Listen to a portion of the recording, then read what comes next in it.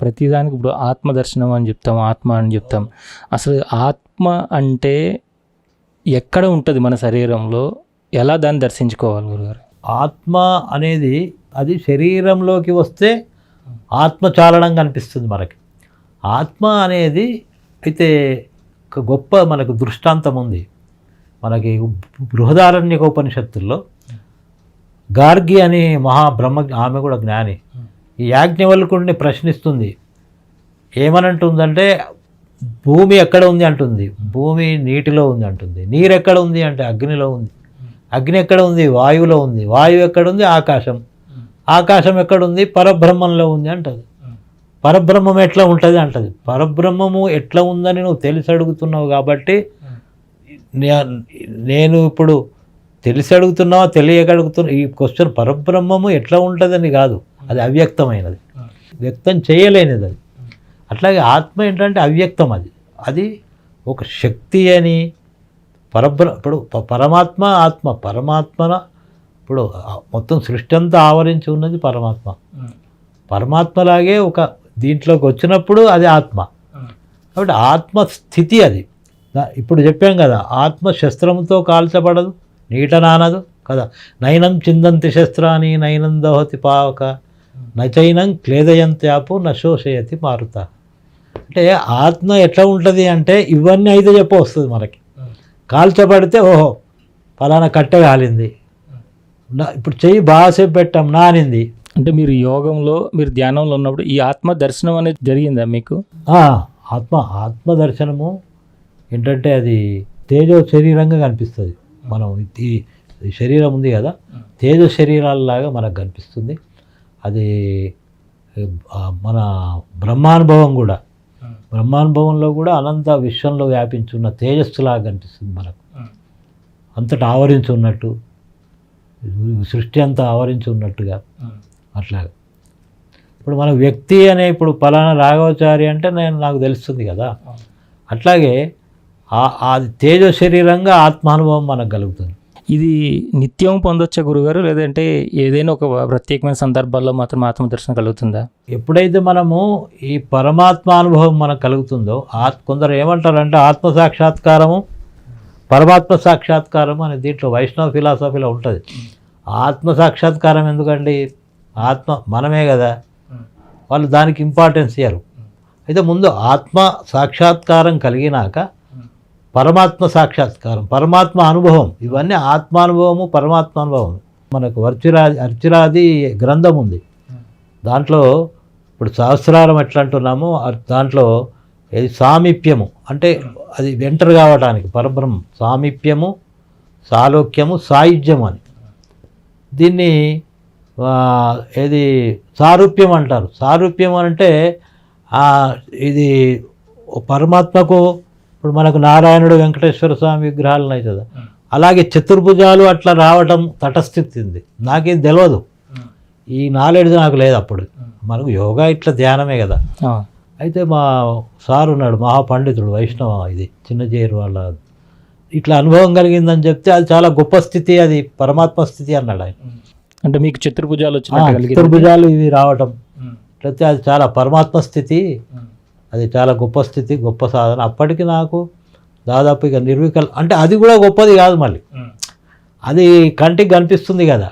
మళ్ళీ ఎట్లయితే ఇప్పుడు వ్యానిష్ అయిపోతాడు చూడండి, అది కూడా మన సినిమాలలో అట్లాగేంటంటే ఆ రూపరహితమైన స్థితి. మళ్ళీ రూపం ఉంది అంటే ఇది కదా పరబ్రహ్మ స్థితి.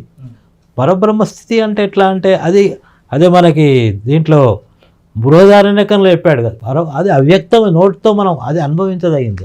ఇప్పుడు జిలేబీ ఉందండి, పరమాత్మ స్థితి అట్లుండని జిలేబీ నేను తిన్నాను, తీయగుంది అంటే ఎదుటివాడికి ఆ రుచి రాదు. కొన్ని లౌకిక విషయాలు కూడా, లౌకిక అనుభవాలు కూడా ఎదుటివాడు తింటేనే కలుగుతుంది కదా. అట్లాగే మనకి ఆ స్థితి అనేది ఏంటంటే మనం అనుభవించి తెలుసుకోవాలి.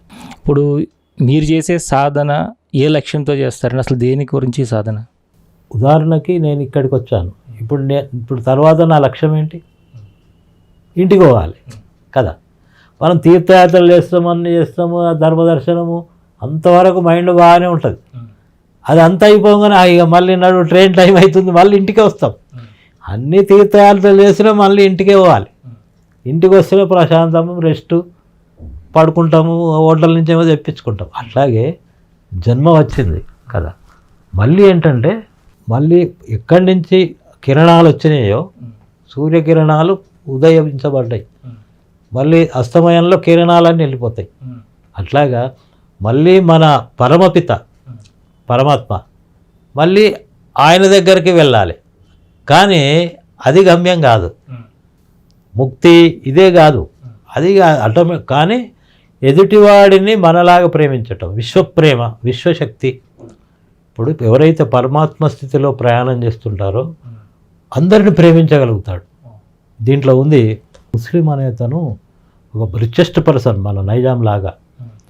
ఆయనకు 2-3 భార్యలు. బాగా సుఖభోగలాలసుడై ఆయన కుష్టి వ్యాధి వచ్చింది. ఆయన తల్లి వాళ్ళ పిల్లలు మసీద్ దగ్గర వదిలేశారు. గురువుగారికి ముస్లిమ్స్ కూడా చాలా క్లోజ్. వాళ్ళు కూడా సాటర్డే వచ్చేవారు, క్రిస్టియన్స్, ముస్లిమ్స్. దాంట్లో ఎట్లా ఉంది యోగా, ఎట్లా ఉంది ఇప్పుడు బైబిల్లో ఇరుకు ద్వారమున ప్రవేశించుడి అని ఉంటుంది. ఇరుకు ద్వారం అంటే మన సుషుమ్నా నాడి, ఇడాపింగల సుషుమ్న. క్రీస్తు కూడా ఆయన బైబిల్లో మనకు బాల్యమే కనిపిస్తుంది, యవ్వనం కనిపించదు. మళ్ళీ ఏమవుతుందంటే ఆ మధ్యకాలంలో యవ్వనంలో వస్తాడు ఆయన. ఎక్కడికండి ఆయన? అంటే అంతకాలం మన హిమాలయాల్లో తపశ్చర్యలు చేశాడు ఆయన. తర్వాత ఎంటర్ అవుతాడు. బాల్యము మళ్ళీ అదే ఉంది, మధ్య జీవితం లేదు ఆయనది. అట్లాగా ఆయనను అక్కడ వదిలేస్తే గురువుగారు తెచ్చి తన ఇంటి ముందు గుడిసె వేసి కట్టుకట్టడము.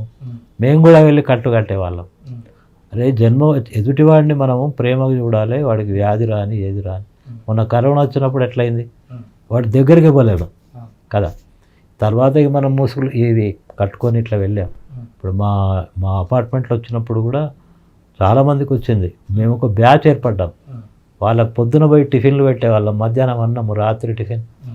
అంటే మన తోటి మనిషిని, తోటి మనిషిలో కూడా పరమాత్మను చూడటం.